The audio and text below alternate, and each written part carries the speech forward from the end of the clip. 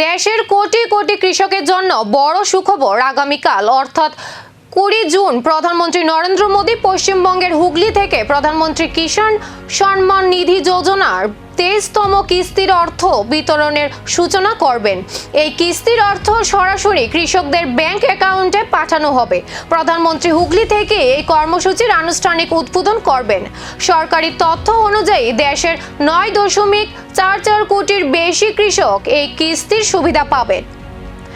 Direct benefit transfer বা DBT পদ্ধতির মাধ্যমে মোট 18,880 কোটি টাকা সরকারি উপভোক্তাদের অ্যাকাউন্টে জমা হবে। উল্লেখ্য, প্রধানমন্ত্রী কিষাণ সম্মান নিধি যোজনার আওতায় যোগ্য কৃষকদের বছরে 6,000 টাকা আর্থিক সহায়তা দেওয়া হয়।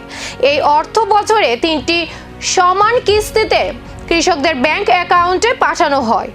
এরই অংশ হিসেবে আগামীকাল 23তম কিস্তির অর্থ বিতরণ করা হবে, যার জন্য অপেক্ষায় রয়েছেন দেশের লক্ষ লক্ষ কৃষক। তবে সব কৃষকের অ্যাকাউন্টে কি টাকা পৌঁছাবে?